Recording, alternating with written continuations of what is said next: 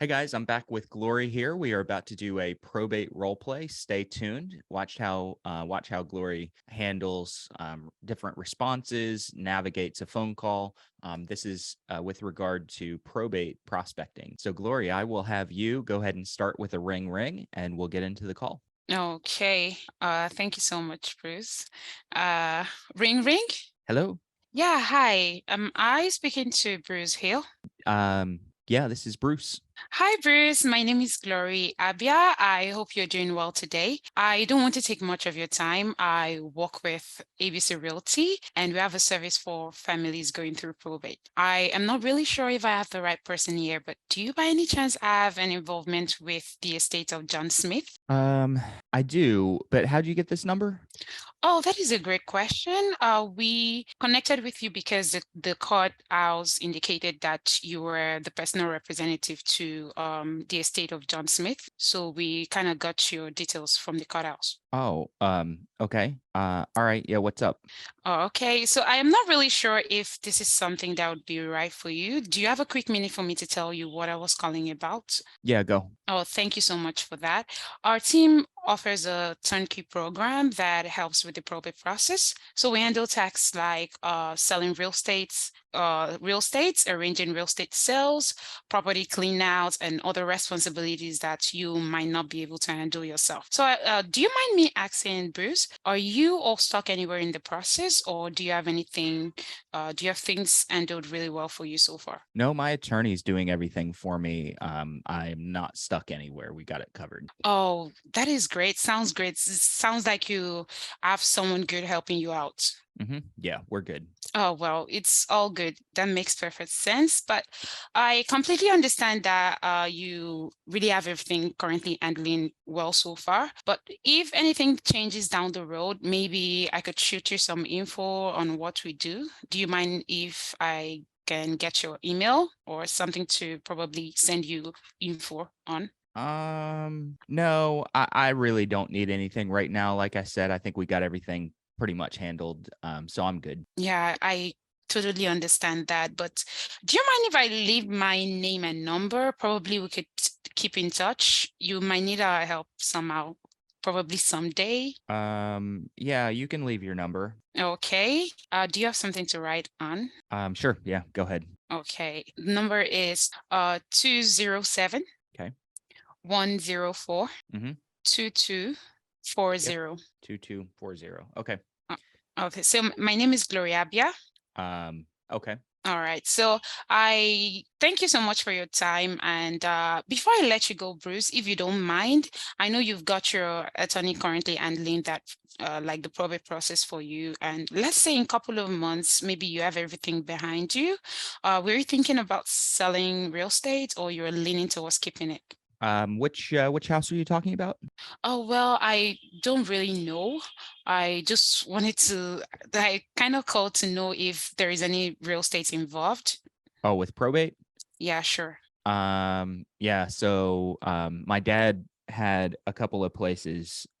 We're definitely gonna sell the house that's at the beach. I That'll probably be honestly, that'll probably be soon. I just haven't been down there to even see what's at the house. His house up here, Okay. just not sure yet. My brother may move in there, but we really haven't talked about that yet. It's still kind of fresh. Okay, that makes a whole lot of sense. Sounds like you are not the only one making the decision here. Well, No. that okay, I completely understand.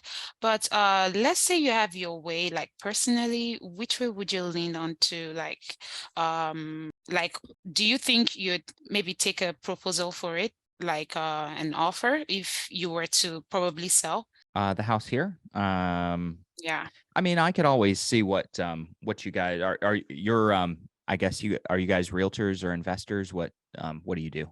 Oh, well, personally, I am not an investor or realtor. I work with several businesses in the area.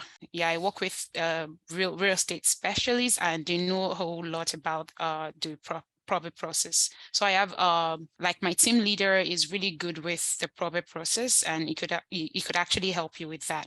I really don't need that. I mean, if you guys want, if you wanted to make me like an offer or something, Mm-hmm. that would be fine. I would certainly take that and have a conversation with my brother about it. Okay. All right. That is great. But did you have a plan on like the amount to sell? Like how much would you be looking for? No idea. Okay. No idea. All right. I get that.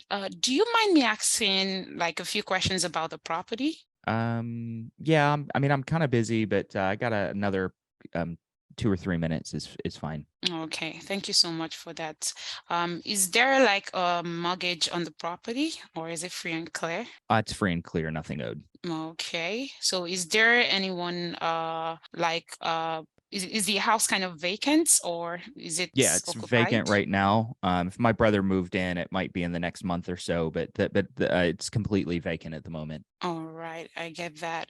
Can you tell me a little bit more about the home? Like, is there garage? How many bedrooms, bathrooms? Like, how large is the lot and all that? Uh, I never. I'm gonna say probably 4 bedrooms, maybe. Um, Okay. I don't know about the lot size. It's a good size lot. And I'd say in okay shape. Nothing amazing, but nothing bad. I wish I could give you more details, but the reality is I just don't know all the details on the house. Yeah, I get that. I totally understand. So, are you planning on listing it with an agent? Like, do you currently have a realtor currently handling it, or would you go for a cash buyer? Well, I mean, it depends on the price. If a cash buyer was a good price, I think I'd go for cash buy. But then again, remember, I don't really know if we're gonna sell for sure. So no realtor. We haven't even discussed it yet. Okay, okay. Yeah, I get that. Oh, well, you've been really gracious with your time. I have my team lead, Bruce. His name is Bruce. He could help you with the sales process if you're actually ready. So I could connect you with him and maybe probably do you have any time within the week?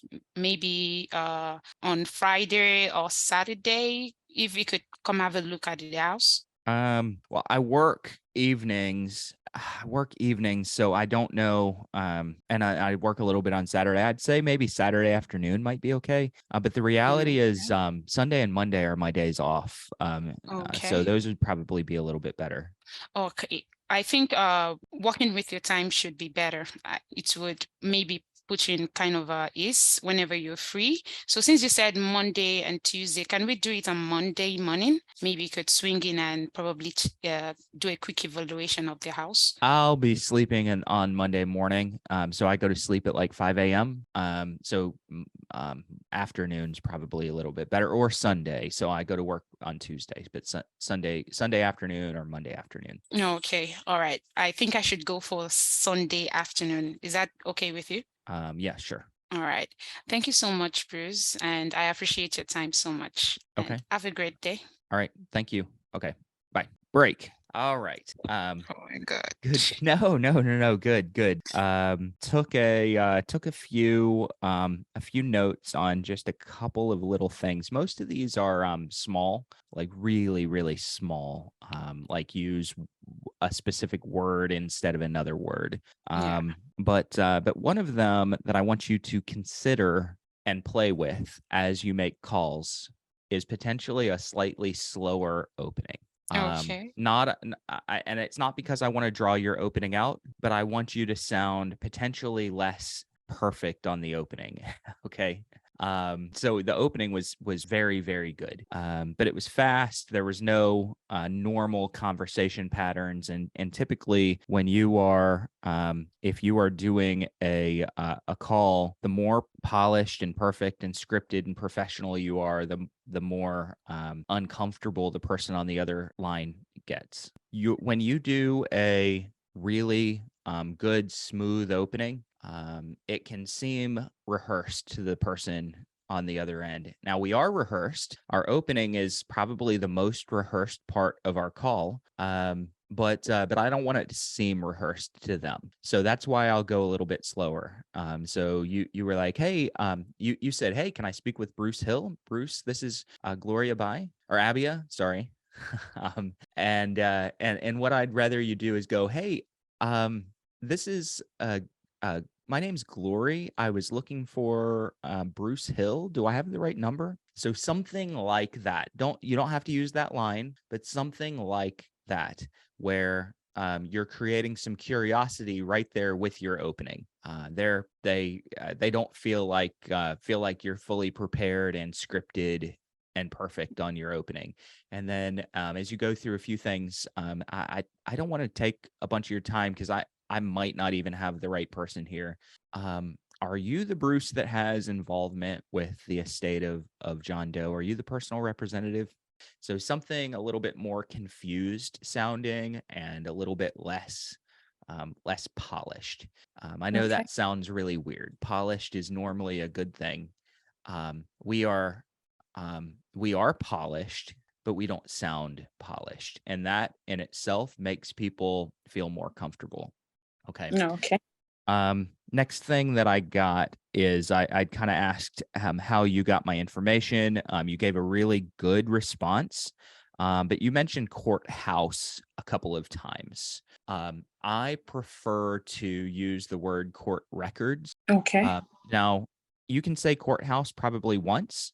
We work closely with the courthouse or the clerk of the court, one of those two. But then when you actually talk about getting their information, so I got it from court records. Okay. Okay, and that's just a little bit more because you're not really getting it from the courthouse. So if you use courthouse, use it maybe once, but then reference court records because that's where we did get it. So I said in the opening, you kind of went through the court records bit or the courthouse bit, and then I said, okay, yeah, what's up? All right. When I say what's up, that's essentially I've gone and I've opened that gate for you. So, Mm-hmm. we use the conversation gate to get permission to move on. But when Yeah. somebody says what's up, you don't have to go open that gate. They already opened it. So I was like, yeah, okay, what's up? So there's really no need at that point to say, hey, could I take a quick second to tell you what I was calling about? You do that Yeah. if they haven't implied permission for you to move forward. But when somebody says, what's up? That's your permission that you need to go into your pitch. Okay. Pitch was good. You 3 different times, and I kind of counted 3 different times you used the word but. Now, you weren't disagreeing. I think for you, it's more of just sort of a natural filler word to go to the next portion of your call. So you would say, hey, I completely get it, but you probably don't need our help today. So you didn't say that, but that's an example. But is a disagreement word. And you would put the word but into the approach, and then you would agree. You didn't disagree.